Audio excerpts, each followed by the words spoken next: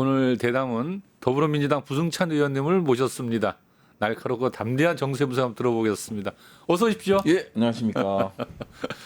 요즘에 이 분노의 5월이었습니다. 저는 뭐 볼 때마다 내란 세력이 총궐기 했구나 뭐 이런 느낌도 받았고요. 네. 조희대 희대의 판결, 네. 빛의 속도로 5월 1일 날 한덕수 출마, 김문수 국민의힘 후보 결정, 그리고 연이어 또 단일화 협상 뭐 이런 게 쭉쭉쭉 가고 있는데요. 또 이재명 후보에 대한 끊임없는 테러 위협. 도대체 이게 뭐냐? 이 민주주의 국가 선거하는 거냐? 뭐 이런 내전하자는 거냐? 이런 생각을 많이 들었는데요. 어떻습니까? 요즘에 보면 이제 부 의원님 뭐 기자회견이나 대담을 볼 때마다 분노에 찬 표정을 내가 많이 봤거든요. 그래서 이거 참 뭐라 결기 같다고 할까? 뭐 이런 걸 느꼈는데 최근 심정이 어떻습니까? 오늘 또 그나마 다행인 것은 공판기일이 이제 고법에서 연기를 했지 않습니까? 대선 이후로 6월 18일로 연기를 하고 이제 국민의 요구를 받아 아는 곳이 이제 국회잖아요. 그러라고 이제 국회의원들을 뽑아준 거고 그런 의미에서 참 위임된 권력을 갖고 있는 거잖아요. 저 역시도. 그렇죠. 그러면 상황을 어떻게 인식할 것인가, 국민의 요구를 어떻게 받아 안을 것인가. 그럼 이 상황에서는 어떻게 해야 되는가. 그러다 보니까 이제 상당히 이제 결기 있는 모습이 보여졌는데요. 지금 국민을 위해서 싸우고 헌법 정신을 준수하고 그리고 그렇지 못하면 후회할 것이다라는 생각을 하기 때문에 항상 이제 앞장서는 모습을 보였는데 또 그게 카메라에 비치고 카메라로 볼 때는 상당히 쑥스럽고 저런 또 비판도 많이 받거든요. 협박도 그래요? 많이 받고 이제 다른 상대편 지지하시는 분들로부터 이제 너무 국회의원이 뭐 조폭 같다. 조폭 같다 그래요? 뭐 그다음에 뭐 격이 떨어진다. 후회할 것 같아서요. 어떻게 지켜낸 민주주의인데. 그러게요.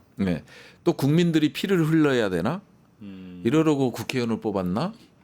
이런 생각을 하면 후회하게 될 것 같아서 미리 막자. 뭐 이런 생각이에요. 근데 어차피 오늘 이렇게 공직선거법 위반 혐의에 대한 파기환송심 첫 공판이 6월 18일로 연기됐다라는 이제 소식이 전해졌어요. 그래서 뭐 그 점은 굉장히 우리가 걱정했던 것에 비해서 좀 다행스러워졌는데, 근데 이제 이게 약간의 좀 평가를 좀 해볼 필요가 있어요. 뭐냐면 조희대 대법원이 아주 빛의 속도로 판결을 했어요. 그렇잖아요. 파기환송 시켜버렸고 유죄 취지로. 그래서 저는 이때 우리 정치 이제 지옥문이 열렸구나 이런 생각을 했었어요. 왜냐하면 정치라고 하는 것은 이 불확실성을 없애주는 방향으로 가야 되잖아요. 그렇죠. 근데 이게 도리어 정치가 점점 더 불확실성하고 이게 대선이 날짜 잡혔는데 대통령 선거 제대로 치러질지 후보를 뽑아놨는데 이 후보가 끝까지 갈 수 있을지 아무도 알 수 없게끔 만드는 것이야말로 이게 엄청난 국가적인 분열을 사법부가 가져와 버린 거잖아요. 정치 개입한 거 아닙니까? 그래서 저는 이제 이게 이 빛의 속도로 이재명 후보의 출마 정말 막으려고 사법부가 이러는 거냐에 대한 이제 생각이 하나 들었고요.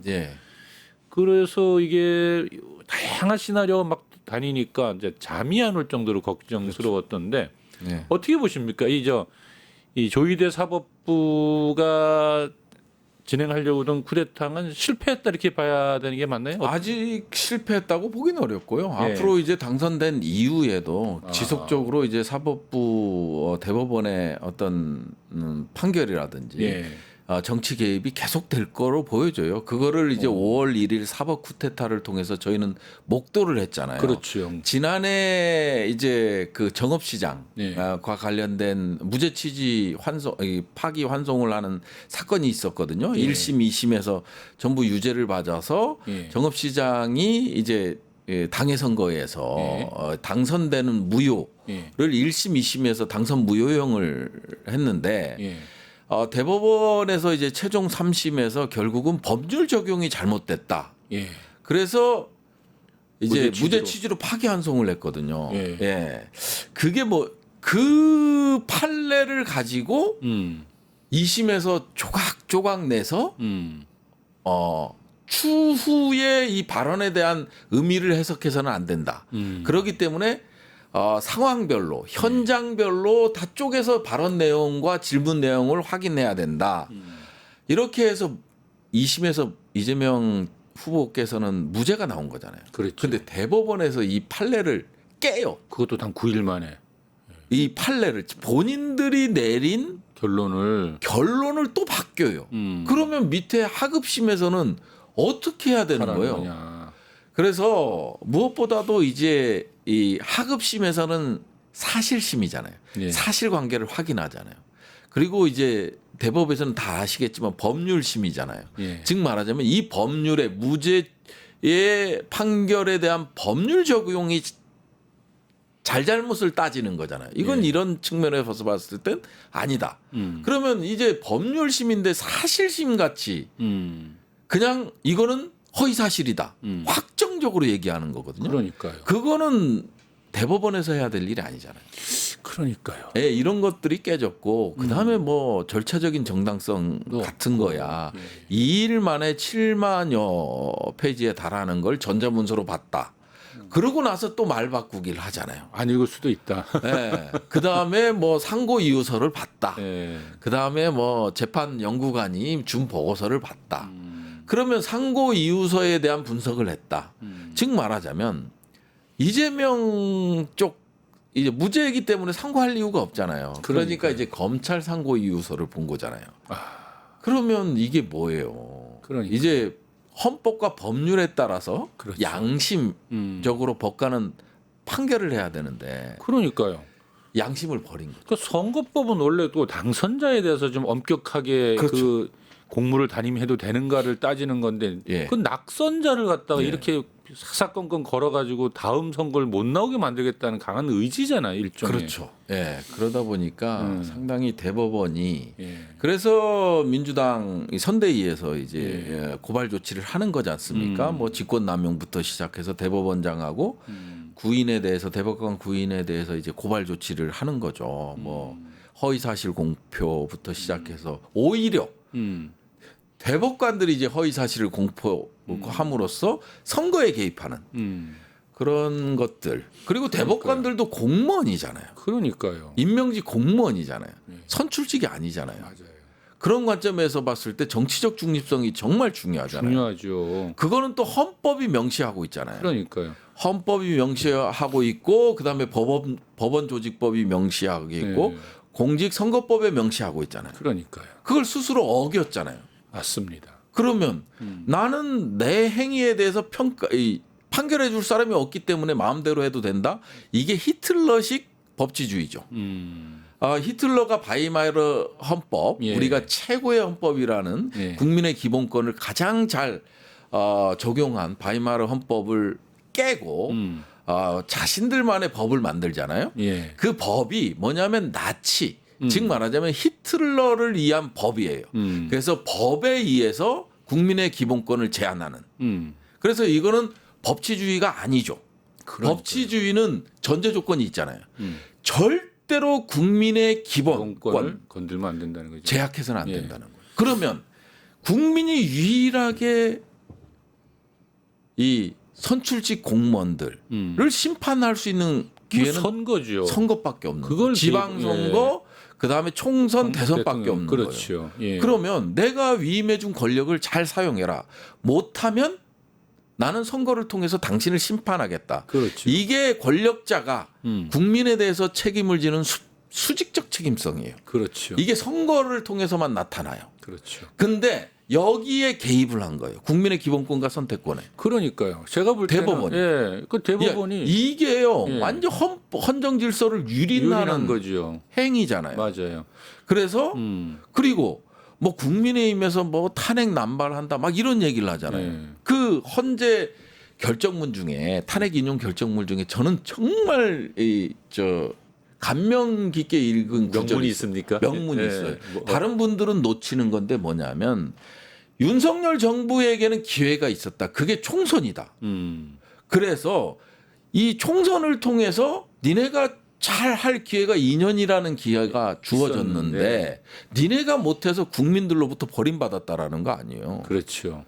그러니까 즉 말하자면 우리가 국회의원들이 대법관을 탄핵하고 그렇죠. 대법원장을 탄핵 소추하는 것은요 국민의 기본권이라는 거죠. 그게. 예. 우리가 할 수 있는 거 그렇죠. 상권 분립에 의해서 입법부가 사법부를 견제할 수 있는 건 탄핵 소추밖에 없는 거예요. 절차적 정당성을 위반하고 헌법을 위반 유린했기 때문에 이게 탄핵 소추가 100번, 1000번 들어가도 되는 거예요. 다만 3년 후에 국회의원들은 니네 잘못된 행동이야. 라고 심판을 받겠죠. 그렇죠. 그래서 최종적으로는 국민의 심판을 받게 됩니다. 맞습니다. 이게 잘못되면 네, 맞습니다. 결국은 모든 거는 권력은 국민으로부터 나오는 거고 국민이 위임해 준 거기 때문에 그거에 그렇죠. 맞춰서 가는 거죠. 그러니까 이번에 가장 이 사람들이 잘못한 것이 있다면 그러니까 국민들이 이 땅의 주권자로서 최고의 사실은 권력을 가진 사람들 아닙니까? 국민이야말로. 그렇죠.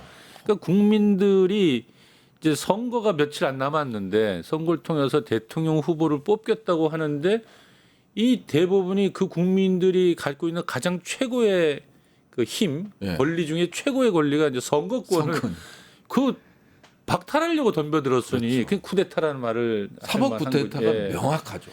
그런데 본다면 이게 한성가 서울고법 형사 7부에서 피고인이 대통령 후보 인정을 고려해 선거운동의 기회를 보장하고 공정성 논란을 없애기 위해서 첫 재판을 6월 18일로 변경한다 이렇게 오늘 밝혔어요. 그러면서 법원은 내 외부의 어떤 영향이나 간섭을 받지 않고 이런 표현을 써요. 독립적이고 공정하게 재판을 하겠다. 내 외부의 영향 간섭 이런 표현을 썼는데 이거야말로 뭐 시민들이 투쟁으로 만든 쿠데타 진압이다 이렇게 봐도 그렇죠. 되는 거겠죠. 예, 우리가 늘 이제 어떤 혁명이 일어나거나 그다음에 쿠데타를 제압하는 거는 국민이었죠. 그렇죠. 예, 이번도 고법의 이런 결정, 연기 결정은 결국은 국민의 선택권을 국민의 선택권, 즉 말하자면 폭넓게 봤을 때는 국민의 기본권을 사법부가 제약하는 거잖아요. 그러니까요. 이거에 대해서 이틀 만에 100만 잘못됐다고 해서 이틀 만에 100만이 넘게 48시간도 안 걸려서 이거는 뭐냐면요. 결국은 국민이 사법부를 갈아엎겠다. 시그널을 준 거 아니에요. 경고를 한 거 아니에요. 경고에 굴복한 거죠. 그리고 잘못을 대법원의 저지른 잘못을 인정하는 기일 연기라고 저는 보는 거죠. 스스로 인정하는. 좋습니다. 이제 뭐 대통령 선거가 이제 코앞에 다가오고 있으니까 이제 오늘 이 파기환송심 연기되면서 이제 요 얘기는 어찌 보면 약간 좀 일단락되는 걸 보여지는데 아직 그거는 이제 이율사 출신은 아니시지만 당 내부에서 논의가 있을 것 같은데 대통령 후보가 당선이 되고 난 다음에도 이 재판은 계속 유지되는 건가요? 아니면은 뭐 이제 헌법 84조에 대한 논란이 있죠. 소추권에 대한 재임 기간 중에. 이제 사실은 우리는 헌법에 그걸 명문화하고 있잖아요. 미국이나 뭐 프랑스 같은 경우는 헌법에 명시가 안 하고 있어요. 근데 트럼프가 기소되고 그다음에 이제 뭐 1심, 2심에서 이제 판결을 받고 유죄로 받고 그럼에도 불구하고 당선되자마자 재판 중지를 하고 공소 기각을 하고 이거를 사법부나 이 검찰이 알아서 움직이잖아요. 알아서들 한다. 그거. 그게 민주주의죠. 근데 우리는 헌법에 명시를 해놓고도 이거를 해석하잖아요. 재판은 계속돼야 된다. 뭐 이런 식으로. 그러다 보니까 이제 국회에서 그런 오늘 언론 보도도 나왔습니다만은 이제 국회에서 당선 이후에 재판 중지. 뭐 이런 거를 오늘 행안이 통과됐다고 속보가 뜯었는데 이런 것들이 나오는 거죠. 참 이게 우리는 민주주의가 깊지 못하다. 민주주의가 깊지 못하고 뿌리 내리지 못했다. 이런 것들이 좀 안타까운 부분이고 민주주의가 이렇게 깊이 뿌리 내렸으면 계엄도 없었을 거고요. 그다음에 그 계엄의 공범들인 국민의힘이 저러지도 않았을 거고. 이 계엄의 최대 이 보조 역할을 했던 국무총리 또 저렇게 대선에 나오겠다고 속된 말로 깝치지도 않았을 테고. 참. 맞습니다. 김문수 같은 구구 뉴라이트가 국힘의 후보로 되지도 않았을 확정되지도 않았을 텐데. 예. 그러죠. 그러면 뭐 그거는 이제 대통령 선거 마친 다음에 상식적으로 진행될 것이다라는 믿음을 갖기로 하고요. 그럼 상식적으로 진행되겠지만 그럼에도 불구하고 또 내란 세력이 대선 당선 이후에도 계속될 수 있기 때문에 이런 것들에 대한 법적 만들고 하는 거겠죠. 안정장치를 만드는 작업들은 저는 해야 된다 개인적으로 해야 된다고 생각하는 것입니다. 예. 저는 또 국민을 믿어야 된다는 생각도 듭니다. 국민들이 자신들이 만드는 대통령을 날리려 들지는 않을 테니까요. 그렇죠, 그렇죠. 예. 그럼 이제 대선 얘기가 나왔으니까 먼저 이제 국민의힘에서 벌어지고 있는 일들 한번 잠깐 좀 짚어보고 가야 될 것 같아요. 김문수 전 고용노동부 장관이 대선 후보로 선출됐잖아요. 국민의힘 내부에서는. 그러니까 어찌 보면 이제 내란으로 망가진 헌정 질서를 더욱 파괴하는 선택을 한 것 같아요. 왜냐하면 알다시피 국회 본회의장에서 왜 그 서영교 의원이 쿠데타 사과하세요 했을 때 혼자만 사과하는 유일하게 일어나지 않았던 사과하지 않았던 꼴통스러운 사람이 김문수인데요. 어떻게 보십니까? 그의 과거로 볼 때 국민의힘은 좀 퇴행의 길로 가는 것 같은데. 결국은 정당이 없어질 것 같다라는 생각이 들어요. 이번에 그걸 여실히 보여줬고요. 왜 그런 말씀을 드리냐면 이게 대선 후보 수락연설 보셨어요? 예. 이게 그 박근혜의 탄핵, 윤석열의 탄핵을 부인하잖아요. 부인하죠. 사과가 없잖아. 왜 탄핵됐는지 모르겠다고 옹호하잖아요. 그렇게 얘기하고 있죠. 이게 국정농단 탄핵, 계엄 탄핵, 내란 탄핵인데 그러니까요. 다 부인하잖아요. 그러면 조기 대선이 왜 일어났어요? 그잖아요. 동기를 어디에서 부여한 거예요? 그런 것들을 인정 안 하는 후보잖아요. 다른 건 다 차치하든 뭐 김구 선생께서 뭐 국적이 중국이다, 우리 조상이 또 일본 국적이다 이런 건 다 차치하고, 지금 대선 조기 대선이 왜 일어났는지에 대한 반성이 없잖아요. 이런 사람을 후보로 뽑았잖아요. 그랬죠. 뽑았는데 그것으로서 정당으로서 가치를 잃은 거고요. 그리고 나중에 또 입당하는 이게 국민의힘에서는 좀 안타까운 게 뭐 한동훈이나 뭐 홍준표나 잘났다는 건 아니지만 여기서 정당에서 커온 사람, 정당의 이념과 가치 속에서 커온 사람들이고 대선 후보들이잖아요. 그랬죠. 한동훈은 좀 늦게 합류하긴 했습니다만은 어찌 됐든 그런 사람들이 후보가 안 되고 그냥 나 선거 한번 해볼래. 자유통일당 초대 대표가 그랬죠. 국힘에 입당하고 이건 정당 정치가 아니에요. 맞아요. 이거는 우리가 배우는 정치학에서 배우는 대의민주주의를 표방하는 정당의 정치가 아닌 거죠. 예전에 뭐 윤석열 대통령 만들 때도 뭐 당비 한 번 안 된 사람도 데리고 와가지고 대통령. 그러니까 왜 자꾸 외부 선수들 끌어들여서 사람을 못 키우는 정당이란 소리잖아요.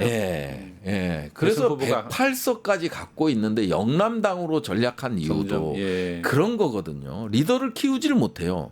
그래서 항상 이게 어떤 그 국민의힘당의 어떤 이념과 가치를 존중하는 합리적 보수에 근거한 리더들이 아니라 완전히 별개 별종들이 들어오는 거죠.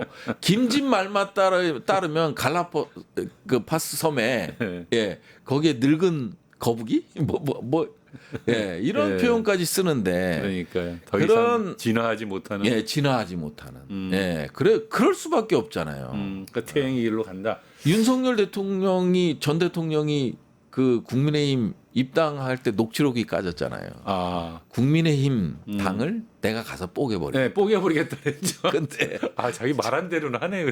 말한 대로 약속 하나 지킨 게 그건 것 같습니다. 자, 그러면 한덕수 후보 얘기를 하나 넘어가 볼게요. 빅텐트를 주장하고 있는데 그가 이제 대선 출마를 선언하자마자 이제 단일화를 들고 나왔어요. 근데 저는 사실 한덕수 생각만 하면 화가 치밀어 오르거든요.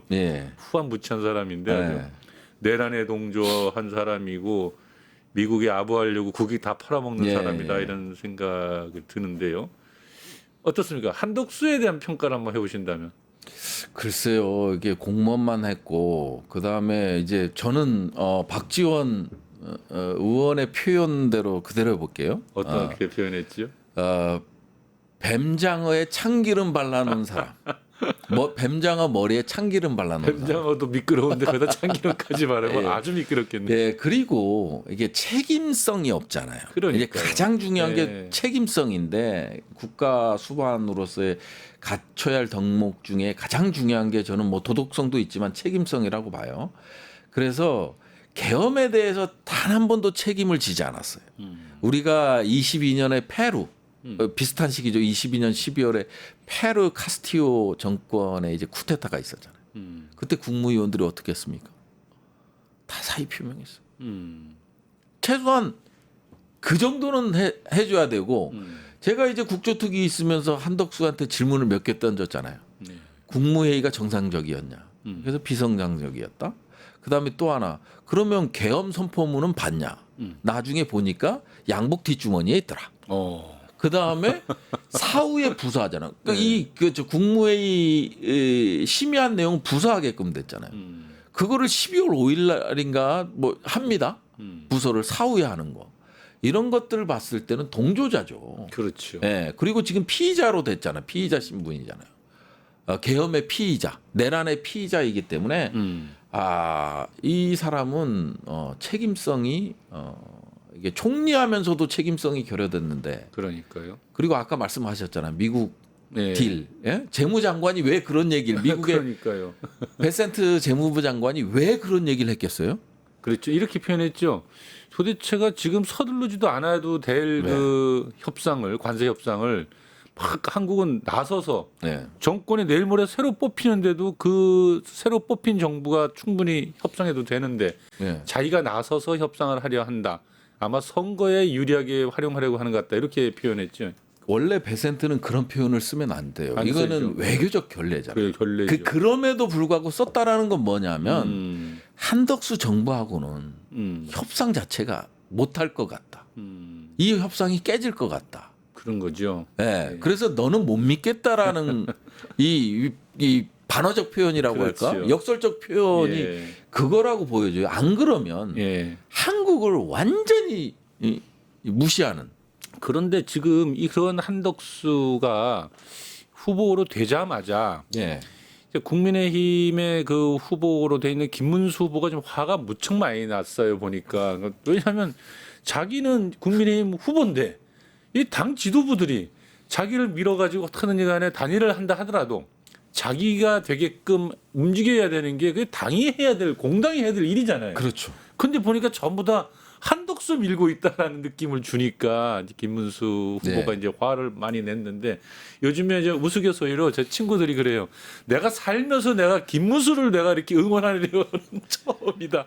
이런 얘기를 할 정도로 좀 제가 봐도 화가 날 것 같은데 점입 가경이잖아요. 한마디로 싸움판이 된 건데 어떻습니까? 이 싸움의 결말이 어떻게 날 것 같아요? 이게 조선일보하고 동아일보 칼럼 오늘 칼럼을 보니까 이게 단일화가 아닌 이 뭐랄까 후보 교체 그걸 원했던 것 같죠? 그 표현을 썼어요. 조선일보로 후보 교체. 기억하는데 야 이거는 단일화가 아니라 후보 교체다. 후보를 정해놓고 그냥 김문수 후보는 그냥 잘할 것 같으니까 네. 예, 이런 건데 사실은 저는 오늘 한덕수랑 만난다고 하잖아요. 한덕수랑 만나는데 다양한 방식이 있죠. 예, 다양한 방식이 있는데 뭐냐면 김문수 입장에서 이제 한덕수가 예비 후보로 등록하고 그다음에 여론조사에 들어오고 하면서 한덕수가 중도 확장이 있었더라면 어떤 게 됐든 단일화를 여론조사가 되든 뭐가 되든 한덕수에 끌려갔을 것 같아요. 근데 모든 여론조사에서 중도는 오히려 빠져요. 빠지고. 그러니까 점점 지지율이 떨어져. 그리고 둘만에서 국힘과 무당층, 국힘을 지지하는 무당층의 이 표심은 비슷해요. 그다음에 어떤 거는 또 김문수가 앞서. 그러면 이게 원래는 그러니까 지도부는 한덕수로 교체를 하려고 하다가 지금 근데 이제 김문수가 이걸 보니 아 좋다. 내가 단일화를 할 수 있는데 시간과 돈, 조직이 다 자기 편이잖아요. 시간만 지금 끌면 된다 이제 이렇게 보면. 지도부가 저러든 말든 결국은 자기는 56% 이상의 이 당원과 무당층의 그렇죠. 지지를 받아서 국민의힘 후보로 됐고 건데. 그냥 모든 선거 자금 법정 선거 비용 588억 원은 나에게서 쓰여지는 거죠. 그렇죠. 쓰여지는 거잖아요. 근데 거기서 이제 지도부는 뭐 배신이라는 얘기를 하죠. 사무총장 장동혁 의원으로 이제 지정해서 발표했는데 거기다가 협박을 하죠. 이런 식으로 계속해서 야 한덕수로 다니라. 그다음에 전국위원회랑 전당대회 하는데 그 대선 후보하고 얘기를 안 하면 완전 당원 이규잖아요. 당원 이규잖아요. 그리고 또 자기를 완전히 무시하는 거야. 그거를 또 입장 자료를 통해서 공개적으로 얘기하잖아요. 그러니까요. 나는 국민의힘당 대선 후보 취급을 못 받고 있다. 못 받고 있다. 인정을 못 받고 있다고. 그러니까 홍준표가 한마디 했더라고요. 오늘 보니까. 네. 홍준표가 아주 세게 얘기했죠. 네. 자기도 사실 후보로 나왔다가 네. 입고를 당했다라는 네. 거잖아요. 네. 그러니까 김문수 입장에서는 단일화를 할 생각이 없다라는 건 아니야. 아닌데. 단일화를 하는데 야 너랑 나랑 지지율 차이도 안 나고 그다음에 둘이 붙여놔도 중도층 붙지도 않고 그냥 우리 시너지도 없어. 집토끼끼리 나눠 먹는 건데 만일 둘이 합쳐서 중도층이라도 막 한덕수가 올라오고 하면 내 양보할 텐데 그게 아니지 않냐. 그럼 정당성을 갖고 있는 사람은 나다. 그렇죠. 그럼 당연히 그럴 수 있는. 그러다 보니까 이제 한덕수 캠프에서 그 얘기를 하는 거 아니에요. 김문수 캠프에서 예의를 갖춘 퇴진을 주장하는 거 아니에요. 그래서 DJP 연합 모델을 갖고 온 것 같아요. 제가 봤으니까 예의를 갖춘다는 거는 야 네가 원하는 거 일정 부분 들어줄게. 내가 뭐가 되면. 그러니까 한덕수 후보는 아주 멋있게 죽어라. 예. 멋있게 죽고 자기를 도와라. 이제 이런 거네요. 그러니까 국민의힘 입장에서는 정말 괴로운 게요. 자 단일화를 11일 이전에 해야 되는 거예요. 해야 되는데. 왜 그거냐면 돈의 문제예요. 그러니까. 그러면 이제 11일 이전에 김문수가 이제 국민의힘당 후보로 등록을 하고 정식 등록을 하고 무소속으로 등록을 할 거 아니에요. 근데 이후에 단일화가 됐어. 그러면 국민의힘당에서 이 선거 자금을 빌려줘야 될 거 아니야.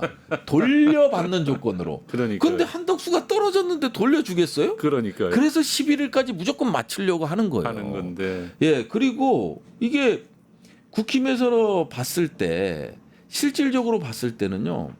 이게 제가 잘 모르겠습니다만은 완전히 이건 시나리오에 의해서 그러니까 이게 대법 판결도 다 연결된 한덕수로 가는 만들려고 하는 시나리오가 짰는데. 있고 예. 한덕수는 지금 속된 말로 똥줄이 탈 그러니까요. 입장이죠. 조직 없죠, 돈 없죠. 돈도 없지. 그다음에 11일 날 이게 김문수 후보가 덜컥 등록해버리면 이제 완전 끝나는 게임이야. 그러니까. 자기는 더 못 가.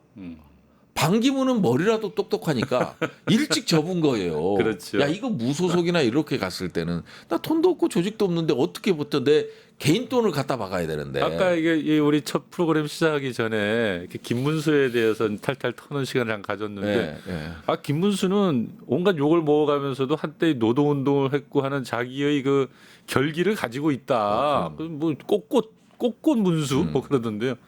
그러니까 자기가 이렇게 쉽게 잡은 이거를 갖다가 한독수를 위해서 꽃길을 열어주는 역할이라고 자기는 보지 않았던 거잖아요. 근데 그러면 하나 이거만 우리가 짚고 넘어가야 될 것 같은데 국민의힘 지도부는 왜 처음부터 한덕수를 꽂아놓고 이 프로그램을 짰을까요? 그게 이제 윤석열의 저는 오다라고 윤석열의 오다다. 그러니까 바로 그냥 설명이 되네. 솔직히 김문수와 윤석열은 이게 네트워크 그러니까 관계가 없잖아요. 그렇죠. 아무 관계가 없어요. 한덕수는 윤석열 사람이다. 한덕수는 완전 윤석열 사람이죠.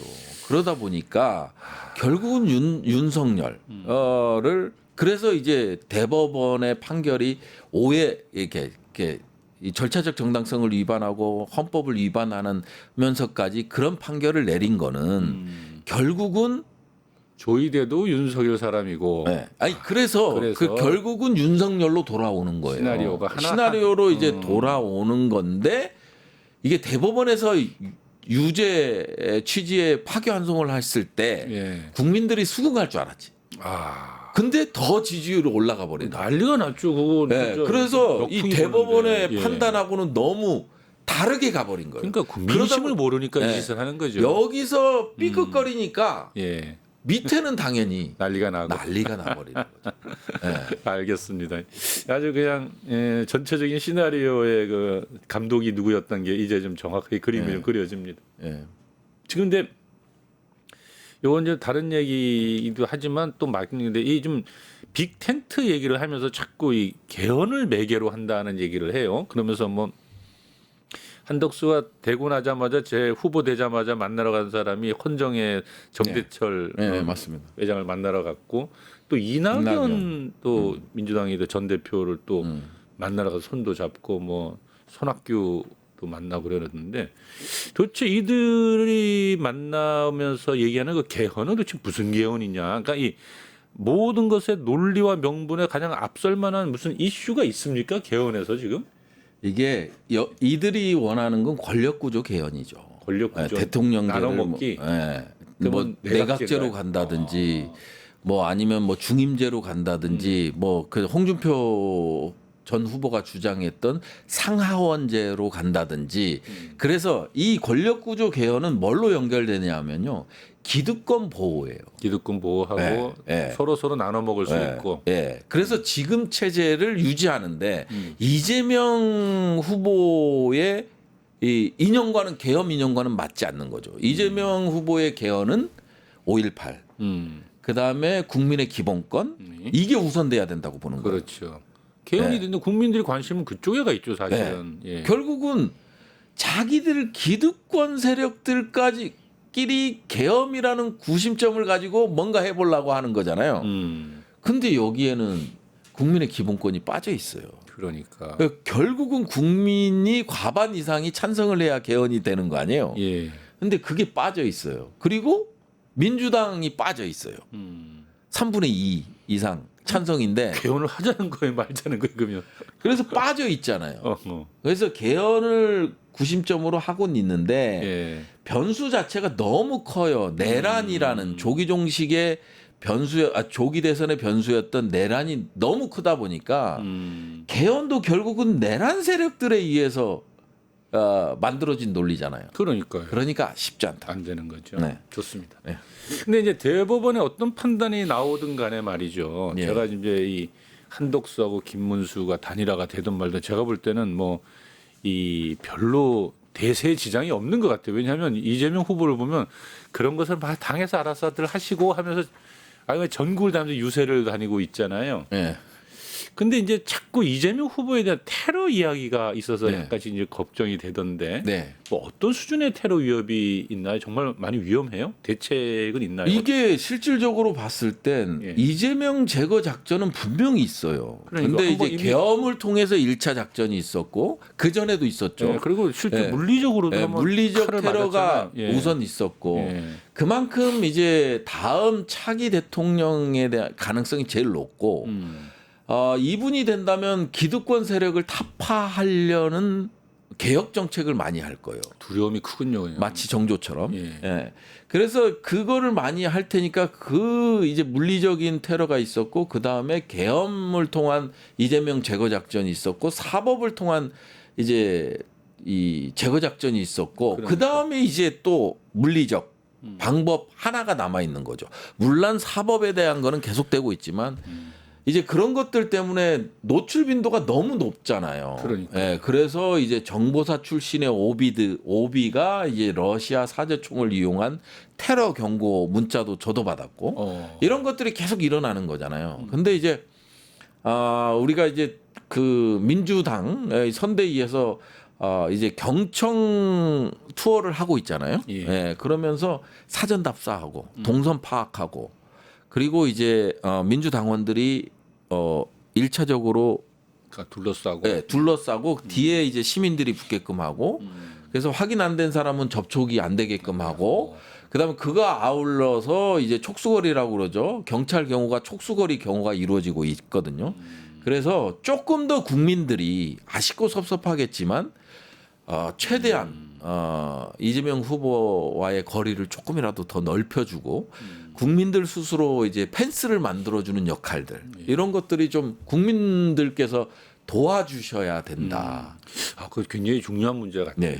보니까 그때도 이 목 맞았을 때도 이게 사실 살짝 빗나가서 그렇지 굉장히 위험한 그렇죠, 테러를 그렇죠. 당했었고 네. 또 미국의 트럼프 대통령도 선거 후보 기간에 총도 귀에 네. 맞아가지고 네. 아서 살아났는데 이게 지금 이 곳곳에서 테러가 벌써질 수 있다라고 하는 그런 정보는 굉장히 등한시하면 안 될 그렇죠. 정보이고 네.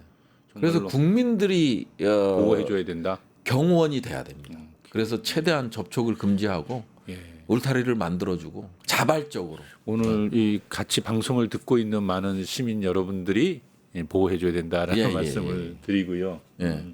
어떤 분이 의원님 참 든든하시네요 이런 말씀을 하면서 또 어떤 분은 정조는 너무 먼저 빨리 갔어요. 뭐 자 국방 이슈로 한번 넘어갈게요. 이제 사실 부 의원님이 국방 전문가시잖아요. 그래서 제가 요즘에 걱정스럽게 생각하고 있는 거 하나를 한번 짚어보겠습니다. 이게 차기 정권이 들어서면 대통령이 가장 풀어야 될 문제일 거라는 생각이 드는데요. 그건 뭐냐면 그 한미 간의 작전 계획 2022가 이제 서명됐어요 작년에. 근데 이게 보니까 이제 주일 미군하고 주한 미군 기지에 뭐 B-1B 랜서라든지 F-16, F-35가 배치되고 있고요. 한마디로 우리나라가 이 대중국 전쟁 기지화 작업이 본격화되고 있다라는 느낌을 받게 되고요. 유사시에는 일본 자위대도 한반도 진출을 걱정되고 있고 한미 연합 훈련도 과거처럼 북을 상대로 북을 이렇게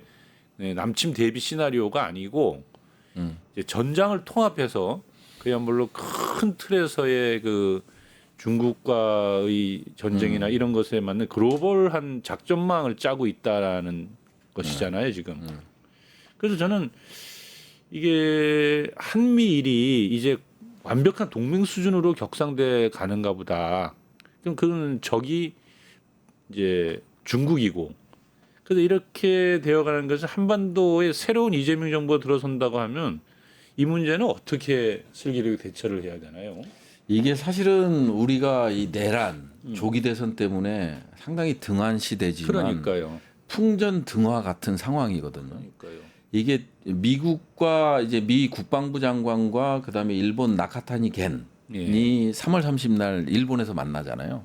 거기서 이제 하나의 전장. 그러니까요. 이거를 나카타니 겐이 얘기를 합니다. 일본에서. 그래서 이게 한반도를 포함한 남중국해, 동중국해를 하나의 전장이다. 전장으로 만들 것을 제안하잖아요. 그러니까요. 나카테니 겐이 얼마나 위험한 방위상이냐면요. 2015년도에 박근혜 정부 시절에 한민구 장관하고 그때 이제 평화헌법 9조. 그래서 집단적 자위권을 행사할 수 있다고 헌법 해석을 합니다. 그래서 가기 결정을 이뤄내요. 일본의 헌법을 평화헌법을 개정하지 않고도 9조 1, 2항. 이게 군대 보유도 안 되고 전쟁도 할 수 없고 그러다 보니까 방어 무기들만 일본은 자위대는 갖추고 있잖아요. 근데 이제 그때 아베 정부에서 우리의 위협이 된다면 타국을 공격할 수 있다고 평화헌법 1, 2조를 해석하는 거예요. 자위권. 해석하는 거죠. 해석해서 가기 결정을 통해서 땅땅땅 두들깁니다. 그러니까 그러면 이 평화헌법 해석은 어디를 목적으로 하겠습니까? 북한에 대한 공격을 목적으로 한 거예요. 북한에 대한 공격을 목적으로 했는데 이게 나카테니 겐이 주도를 했단 말이에요. 그래서 한민구 장관이 한일 국방장관 회담에서 항의를 합니다. 나카테니 겐한테 자 북한을 공격할 때는 최소한 한국의 동의를 받아라. 승인을 받아라. 이렇게 얘기를 해요. 왜냐하면 한반도 영토 헌법이 규정하고 있는 한반도 3조가 규정하고 있는 한반도 영토에서의 에 대한 공격이기 때문에 우리 영토에 대한 공격이잖아요. 북측 지역이지만 헌법상 그렇기 때문에 동의를 받는 거나 승인을 받는 건 당연한 거 아니에요. 근데 나카테니 겐이 강하게 거부를 합니다. 노 땡큐 그랬군요. 북한은 니네는 하나의 국가로 보지만 우리는 하나의 국가로 보지 않는다. 타국이다. 다른 국가다. 국제사회도 그렇게 본다. 그래서 니네 동의 필요 없다. 그랬던 사람이 이 사람이 지금 하나의 전장을 이 사람의 구상으로 내건 거예요. 그러면 뭐냐면 자연스럽게 한국은 이 하나의 전장에서 한미가 동맹이잖아요. 하나의 전장에서 연루의 위협이 있는 거예요. 대만 문제, 그렇죠. 일본 문제 할 거 없이 다 같이. 필리핀 문제까지 뭐 이 전장으로 설정한 구역 내에서는 한국은 그냥 자동적으로 끌려 들어가는 연루라고 그러죠.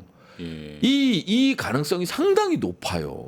그러니까 원래 이런 거를 지금 대선 후보들이 얘기하고 있어야 되는데 그렇죠. 지금 엉뚱한 데다가 지금 힘을 다 쏟게 정말 심각한 거거든요. 그러니까요. 왜냐하면 예. 하나의 전장에 우리가 편입이 되면 정말 위험해지는 거죠. 이게 지휘 체계도 하나가 될 테고요. 그러니까요. 자연스럽게 딸려 들어갈 테고 뭐 이런 거 있잖아요. 그러면 일본의 한반도 진출은 너무 쉬운 거예요. 그러니까 자위대 진출이 한반도로 들어오는 꼴을 우리가 보게 네, 되는 이제 거죠. 뭐 동해에서 일본의 훈련을 그냥 수시로 보게 될 거고 예. 이런 것들이 너무 자연스럽게 이제 밖에서는 급박하게 그러니까 돌아가고 있는데 우리 안에서는 그냥 뭐 엉뚱한 일로 지금 이런 재판을 이런 하니만 상황이거든요. 그러니까. 그래서 이제 작전 계획도 마찬가지예요. 작전 계획도 보면 이 작전 계획은요. 제가 대변인 할 때 한미 이 안보 연례 회의에서 예.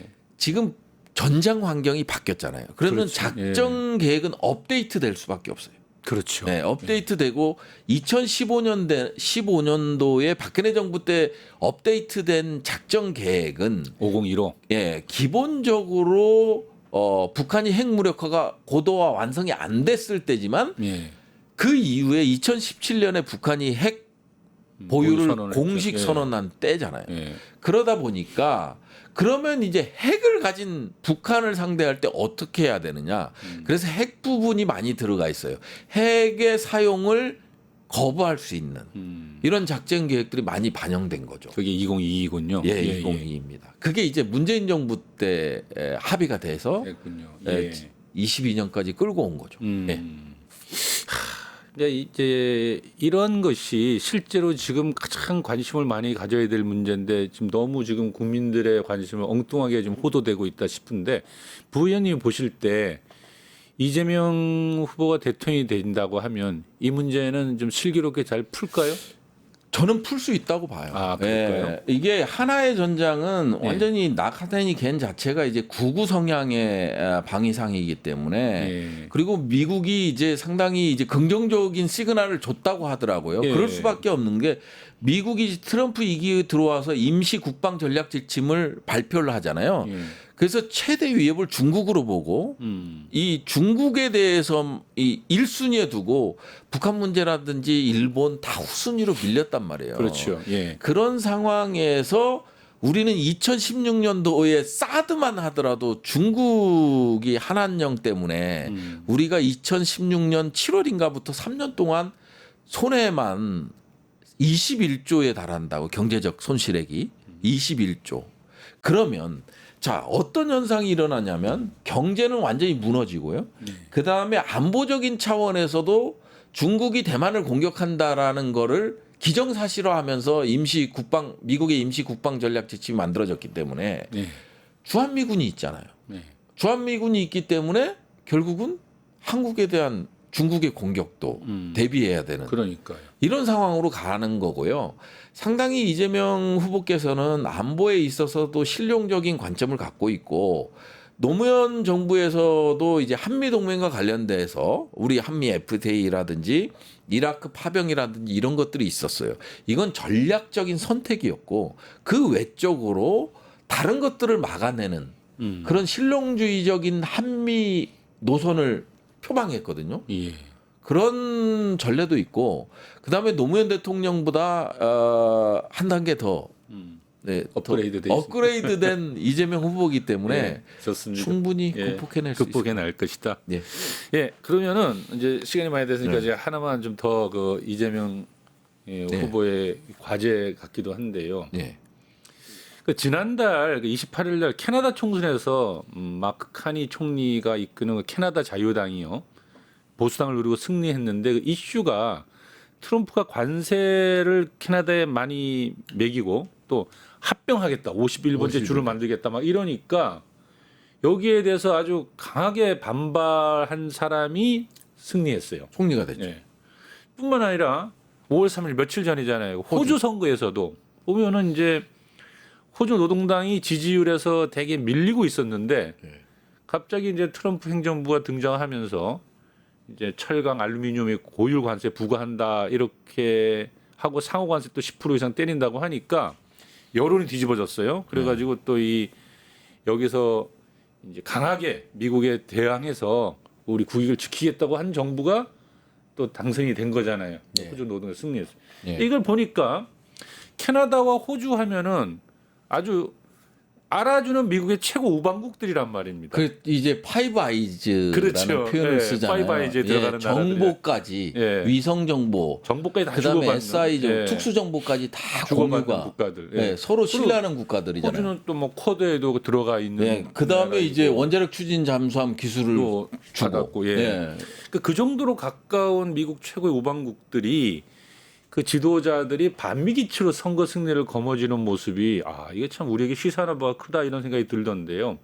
지금 사실 우리가 미국의 관세라든지 방위비 분담금 이르기까지 미국의 강한 압박을 받고 있잖아요. 그럼 여기에 대해서 우리에게 필요로 한 리더십은 어떤 모습이냐. 이재명 후보가 이 난국을 어떻게 미국과 협상해서 풀어나갈 수 있겠는가. 굉장히 까다로운 질문이죠. 정말 어려운 질문인데요. 이제 절대적으로 복종하는 국가에 대해서는 일본조차도 그러잖아요. 일본조차도 이시다 정부도 보면은 일본도 아베 정부는 막 골프 치면서 넘어지는 액션까지 취해가면서 완전히 트럼프에게 올인을 했었죠. 근데 이번에 이시바 정부는 좀 다르게 행동을 하잖아요. 시간을 더 두고 지켜보고 뭐 이런 것들이 좀 있어서 맞설 건 강하게 맞서겠다고 하고, 그래서 미국은 미국으로서 스스로 만들어 놓은 국제적 규범들, 그냥 뭐 가트 체제에서부터 시작을 해서 WTO까지 오고 이런 것들을 다 미국이 만들었잖아요. 그다음에 NPT 안보도 마찬가지고 전부 미국이 들어가서 이제 국제 규범이라는 타이틀을 가지고 모든 걸 만들어냈어요. 세계 질서를 이게 정립해가는 제도를 만들어 놓고 하다못해 동구권까지도 다 끌어들이면서 했었는데 이번에 트럼프 위기에서는 이걸 다 깼죠.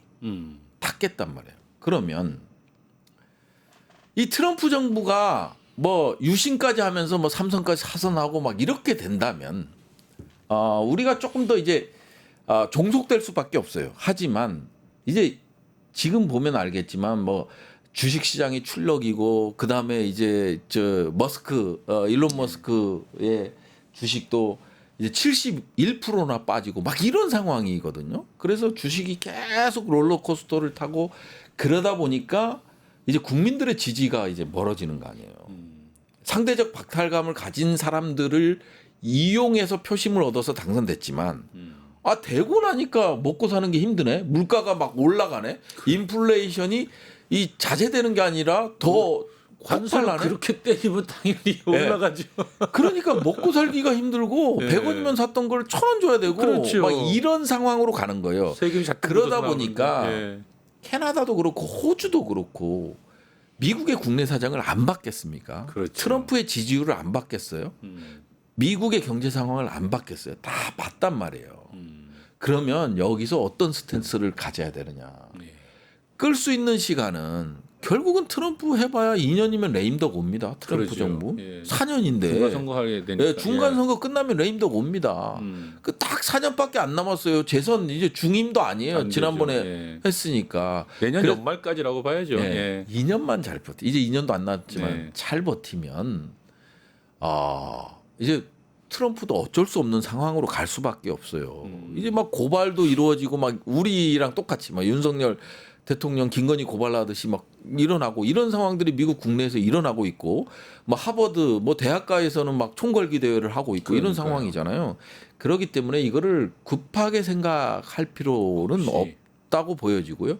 뭐 캐나다 사례가 됐건 멕시코 사례가 됐건 호주 사례가 됐건 이거를 다 분석해서 하고 있습니다. 지금 민주당에서 하고 있고 각 국가들의 관세 협상을 어떻게 하는지 우리는 어떤 스탠스를 갖고 가야 되는지 이런 것들 미국이 어떤 순간에 양보를 하는지 이런 것들을 다 지금 종합적으로 민주당에서 이제 정책위에서 검토를 하고 있거든요. 그렇기 때문에 바로 이재명 대표께서 당선이 되겠지만 되시면 또 바로바로 이런 액션들 이 나올 거니까 국민 여러분께서 너무 걱정하지 마시고요.